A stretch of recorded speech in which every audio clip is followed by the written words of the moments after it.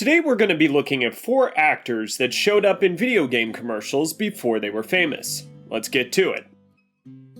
Before School of Rock, and before my personal favorite of Tenacious D and the Pick of Destiny, Jack Black made a short appearance in a commercial in 1983 for Pitfall, an Atari 2600 game where the player controls Pitfall Harry as he makes his way through the jungle to collect treasures. It is a side-scrolling platformer with many hazards to avoid, including quicksand, rolling logs, snakes, and crocodiles. Let's roll the commercial for it.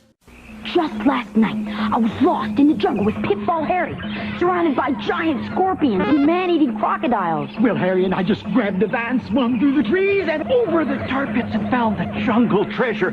It was really neat. If you haven't met Pitfall Harry, you're missing the year's most incredible video game adventure. Pitfall for the Atari 2600 and Intellivision. Since I met Pitfall Harry, no other man will do. Pitfall, designed by David Crane for Activision.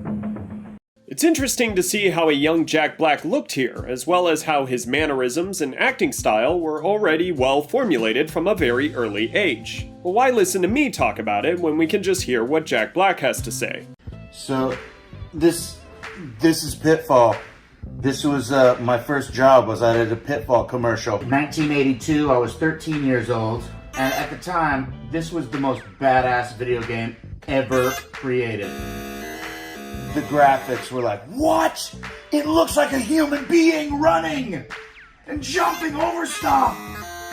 It was a great commercial gig for me to have because I really believed in the product. Tobey Maguire was probably most famous for his role as Spider-Man in the Sam Raimi's trilogy. He started off acting, doing commercials, and he appeared in one for the Atari Lynx that aired in 1990. The Atari Lynx was a 4th generation handheld that competed against the Nintendo Game Boy, but it was actually much more advanced, sporting a LCD screen and a more powerful CPU. But without going into too much detail about that, here's the commercial. Hey, Mr. Block, can I go to the bathroom? 2 minutes.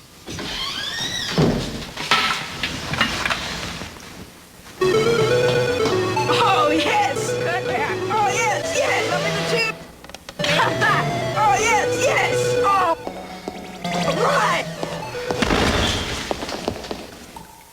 Introducing Lynx from Atari, the color video game you can get away with. Well, sometimes. Next up, we have yet another commercial from Atari. Crazy to think how many times Atari hired actors that would go on to succeed in Hollywood. This time, it's none other than Bryan Cranston. Most famously known for Walter White in the hit series Breaking Bad, first introduced to me as Hal from Malcolm in the Middle, Cranston showed up briefly as a gamer transitioning into a writer from Megaforce for the Atari 2600. Here's the commercial. The world's in danger, only you can save. Say skill, speed, does the steel, it takes Megaforce. The enemy is everywhere, so take the cycle through the air. Rocket, fire, thunder, yellow, Mr.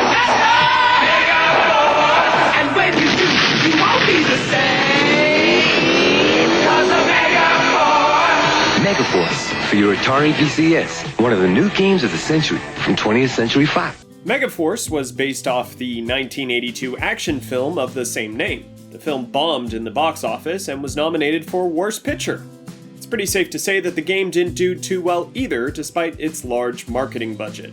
Finally, we have Paul Rudd, famous for currently Ant-Man, although his role in Anchorman as Brian Fantana alongside legendary actor Will Ferrell will always bring a smile to my face. He actually made his acting debut in a Nintendo advertisement in 1991 for the Super Nintendo Entertainment System. He was 22 at the time, and it looks like he hasn't aged at all. Here it is.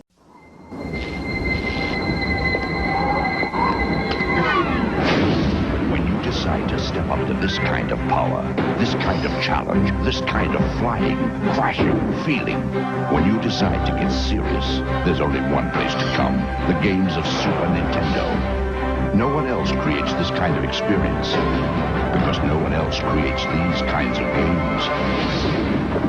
Now you're playing with power, superpower. I always liked this commercial as I felt like it perfectly sold the graphical capabilities and action gameplay of the SNES. That's been it for today's video. I hope you've enjoyed. Consider subscribing to the channel and hitting the notification bell so you never miss an upload. This video will be put in a shorter form content playlist that will contain interesting little videos like these and in between my larger documentary style videos that you're accustomed to if you're a viewer of this channel. Thank you everybody so much for watching, and I will catch you in the next one.